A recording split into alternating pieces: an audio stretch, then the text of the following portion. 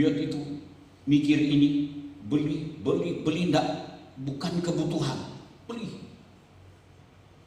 Enggak bertanggung jawab menggunakan keuangan seperti orang kaya yang ada kenalannya Lazarus itu.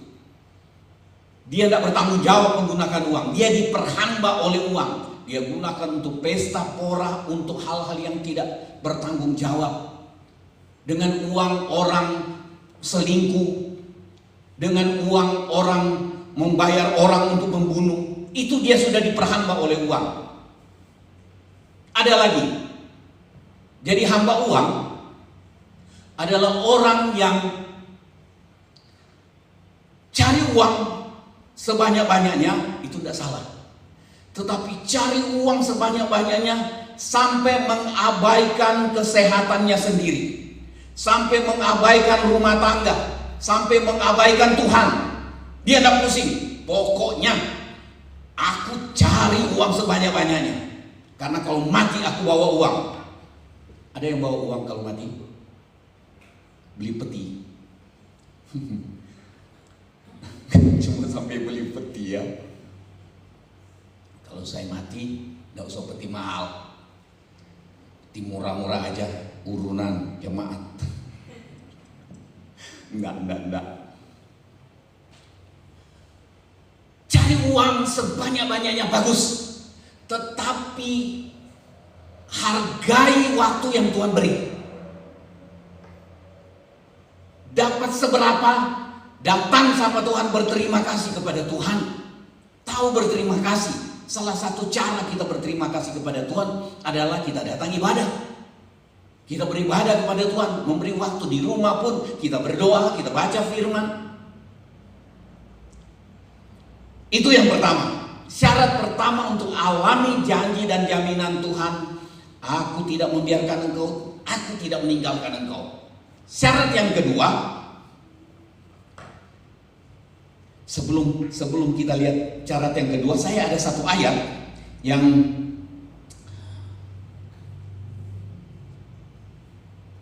soal hamba uang ini terdapat di dalam 1 Timotius pasal 6 ayatnya yang ke-10. 1 Timotius pasal 6 ayatnya yang ke-10, saya baca, firman Tuhan katakan begini: karena akar segala kejahatan ialah cinta uang. Sebab oleh memburu uanglah, mengejar uanglah, beberapa orang telah menyimpang dari iman dan menyiksa dirinya dengan berbagai-bagai duka. Wah, firman Tuhan ini sungguh-sungguh iya dan amin. Orang yang mengejar uang, jadi hamba uang, mengejar uang dengan menghalalkan segala cara, dikatakan dia menyimpang dari iman. Ada orang beragama, ada orang Kristen, ada orang yang kelihatan taat beragama, ngomong selalu agama, tetapi berani korupsi. Mudah-mudahan tidak ada yang korupsi di masa bantuan untuk orang-orang yang tidak mampu lagi di masa corona ini. Mudah-mudahan tidak ada yang korupsi. Firman Tuhan bilang terkutuk kalau orang korupsi di tengah-tengah keadaan yang sukar itu. Mudah-mudahan dia dengar. Saudara yang dikasihi Tuhan, firman Tuhan 1 Timotius 6 ayat 10 katakan, akar segala kejahatan ialah cinta uang. Cinta uang. Cinta uang ini itu sudah gila-gilaan dengan uang. Segala-galanya harus dia kejar uang, mau cara apapun. Itu orang yang cinta uang. Tetapi di sini dikatakan sebab oleh memburu uanglah, oleh mengejar untuk mengumpulkan sebanyak-banyaknya, beberapa orang telah menyimpang dari iman. Menyimpang dari iman, ngomong Tuhan, tetapi dia sudah menyimpang. Dan dikatakan menyiksa dirinya dengan berbagai-bagai duka. Kaget dia ketika ketangkap. Dia alami keadaan yang menyiksa. Terpisah dari keluarga, mungkin anak, istri, atau orang tua menderita karena uang. Nah, kita lihat syarat yang kedua untuk alami janji dan jaminan Tuhan, tidak membiarkan dan tidak meninggalkan kita. Syarat yang kedua, kembali ke ayat tadi, Ibrani 13 ayatnya yang ke-5 adalah cukupkanlah dirimu dengan apa yang ada padamu. Cukupkan diri dengan apa yang ada. Itu kan menuntun kita untuk tahu bersyukur walaupun yang kita terima hari ini, yang ada di kita hari ini mungkin kurang. Kita sudah kerja keras tapi hasilnya masih tetap kurang. Kita sudah kerja jujur, sudah kerja keras, tetapi hasilnya belum mencapai yang kita butuhkan. Dikatakan bercukupkan dirimu dengan apa yang ada. Tahu bersyukur dengan apa yang kita terima dari Tuhan. Amin. Kita syukuri. Orang mau terima apa, seberapa banyak pun, kalau dia tidak tahu bersyukur, dia tidak praktekkan firman ini, cukupkan dirimu dengan apa yang ada, orang itu akan selalu dalam ketakutan dan kegelisahan. Enak toh hidup tidak usah gelisah, ya kan? Saya seringkali katakan, orang yang sementara gelisah dengan menjalani hidup, nanti besok kayak apa ya? Terus saya suka katakan begini, tidak usah mikir yang besok lagi. Memang harus dipikirkan, tetapi jangankan besok, nanti sore, nanti sebentar, 1 jam ke depan, engkau tidak tahu apa yang Tuhan mau buat. Pertolongan Tuhan bisa datang dengan cara yang di luar akal pikiran kita. Itu yang membuat kita biasanya bersyukur. Cukupkan diri dengan apa yang ada. Orang yang hidup seperti ini adalah orang yang tidak tergoda untuk memiliki gaya hidup yang bermewah-mewah. Ada orang ketika dia lihat tetangga, dia lihat temannya, dulu aku lebih pintar dari dia di sekolah.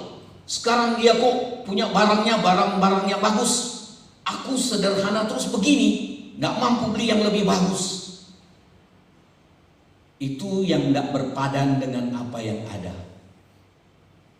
Dimanapun kita ada, siapapun orang di sekitar kita, dia tampil dengan mewah, kita sederhana, kita cukupkan diri dengan apa yang ada. Kita tidak bingung, tidak gelisah. Cukupkan diri, tidak tergoda untuk memiliki gaya hidup yang melebihi kemampuan.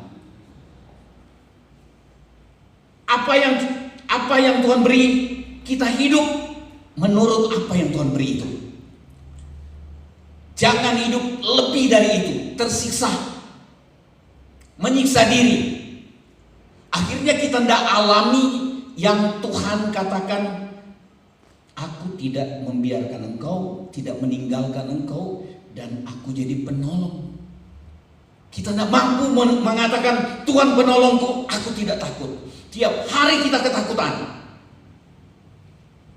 Apalagi orang yang suka hidup bersaing, itu namanya tidak mencukupkan diri dengan apa yang ada.